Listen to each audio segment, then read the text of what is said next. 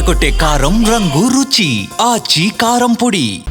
Group 1 అప్పీల్పై Telangana హైకోర్టులో విచారణ జరిగింది. టీజీపీఎస్సీ అప్పీల్ పిటిషన్పై విచారణ జరిగింది. వాదనలు వినిపిస్తున్నారు అడ్వకేట్ జనరల్. సుప్రీంకోర్టు ఆదేశాల ప్రకారం రీవాల్యుయేషన్ అనేది సర్వీస్ కమిషన్ నిబంధనల ప్రకారం ఉండాలని చెప్పి ఏజీ వాదిస్తున్నారు. టీజీపీఎస్సీ నిబంధనల ప్రకారం రీకౌంటింగ్ ఉంది అని, కానీ రీవాల్యుయేషన్ ఎట్టి పరిస్థితుల్లోనూ ఉండదు అని ఏజీ అంటున్నారు.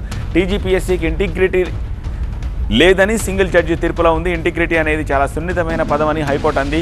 మాల్ ప్రాక్టీస్, పేపర్ లీక్ లాంటివి ఏమైనా జరిగాయా అని ప్రశ్నించింది హైకోర్టు. సింగిల్ జడ్జి తీర్పులో డెలికేట్ పదాలు ఉపయోగించారు, ఎవరికైనా ఫేవర్ చేశారనే ఆధారాలు ఉన్నాయా అని హైకోర్టు ప్రశ్నించింది.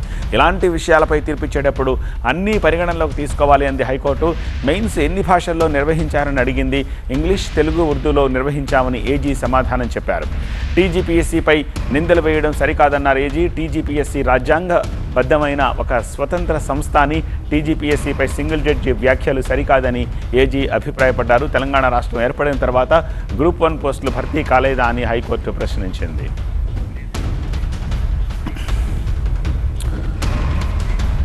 దీనిపై మరింత సమాచారం అందించేందుకు మా ప్రతినిధి ప్రణీత ప్రస్తుతం హైకోర్టు ప్రాంగణం నుంచి లైవ్లో సిద్ధంగా ఉన్నారు. ప్రణీత, అప్డేట్స్ ఏమిటి?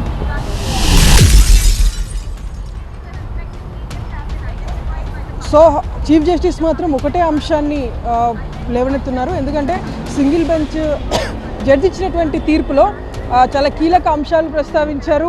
అనేక రకాలైనటువంటి డెలికేట్ పదాలు ఉపయోగించారు. టీజీపీఎస్సీకి ఇంటిగ్రిటీ లేదు, టీజీపీఎస్సీ బయాస్గా వ్యవహరించింది, కొంతమందికి ఫేవర్ చేసింది అనేటువంటి అనేక అంశాలు ప్రస్తావించారు. కానీ వాటికి సంబంధించినటువంటి ఫైండింగ్స్ తమకు ఎక్కడా కూడా కనిపించలేదు అనేటువంటిది చీఫ్ జస్టిస్ చేసినటువంటి స్టేట్మెంట్. సో ఇప్పుడు రిమైనింగ్ ఎవరైతే ఈ గ్రూప్ 1 ర్యాంక్స్కి ఎంపిక కానటువంటి అభ్యర్థులు ఎవరైతే ఉంటారో వారి తరపు అడ్వకేట్స్ వాదనలు ప్రజెంట్ కొనసాగుతున్నాయి.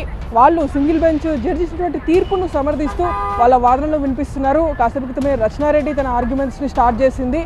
టీజీపీఎస్సీ సిస్టమే కొంతమందికి ఫేవర్ చేసేలాగా ఉంది. మహిళలకు పదే పదే కొన్ని సెంటర్స్ని కేటాయించడం కావచ్చు, ఆ మహిళా కాలేజెస్లో పురుషులకు ఎలాంటి అలొకేషన్ని ఆ సెంటర్స్లో వాళ్ళకి ఎగ్జామ్ నిర్వహించకపోవడం కావచ్చు, తెలుగు మీడియం అభ్యర్థులకి పూర్తిగా నష్టం చేకూరేలా ఉంది అనేటువంటి విషయాలు కావచ్చు. వీటికి సంబంధించినటువంటి ఆర్గ్యుమెంట్స్ని మరోసారి రచనారెడ్డి తన ఆర్గ్యుమెంట్స్ అయితే స్టార్ట్ చేసింది. అండ్ ఏజీ మాత్రం కొన్ని అంశాలను కీలకంగా ప్రస్తావించారు. 2014 తర్వాత తెలంగాణ రాష్ట్ర ప్రభుత్వం ఏర్పడిన తర్వాత ఇప్పటివరకు గ్రూప్ 1 మెయిన్స్ ఎగ్జామ్స్ని కండక్ట్ చేయలేకపోయారు. ఈసారి గ్రూప్ 1 ఎగ్జామ్స్ కండక్ట్ చేసి తుది దశకు అంటే ఆల్మోస్ట్ 563 పోస్టులకి కంప్లీట్గా నోటిఫికేషన్ ఇచ్చేసి వాటికి సంబంధించినటువంటి భర్తీని చేసేటువంటి క్రమంలో చివరి దశలో సర్టిఫికేట్ వెరిఫికేషన్ కూడా అయిపోయి రేపు మాప పోస్టింగ్ ఆర్డర్ వస్తున్నటువంటి క్రమంలో సింగిల్ జడ్జి ఇచ్చినటువంటి ఆర్డర్ పూర్తి నిరాశ కలిగించింది. అండ్ సింగిల్ జడ్జి చేసినటువంటి ఆరోపణలు సరైనవి కావు. టీజీపీఎస్సీ ఒక రాజ్యాంగబద్ధ సంస్థగా ఉంది, ఇండిపెండెంట్ ఏజెన్సీగా ఉంది. సో అట్లాంటి సంస్థ పైన సింగిల్ జడ్జి అనేక ఆరోపణలు చేశారు. సో ఆరోపణలకు సంబంధించి ఎలాంటి ఆధారాలకు ఆయన తీర్పులో ప్రస్తావించలేదు అనేటువంటిది అడ్వకేట్ జనరల్ చెప్పినటువంటి వర్షన్. సో ప్రజెంట్ ఇంకా వాదనలు కొనసాగుతున్నాయి. అటు ఎంపిక కానటువంటి అభ్యర్థులు ఎవరైతే ఉంటారో వారికి సంబంధించినటువంటి అడ్వకేట్స్ తమ వాదన వినిపిస్తున్నారు. సత్య. రైట్ ప్రణీత.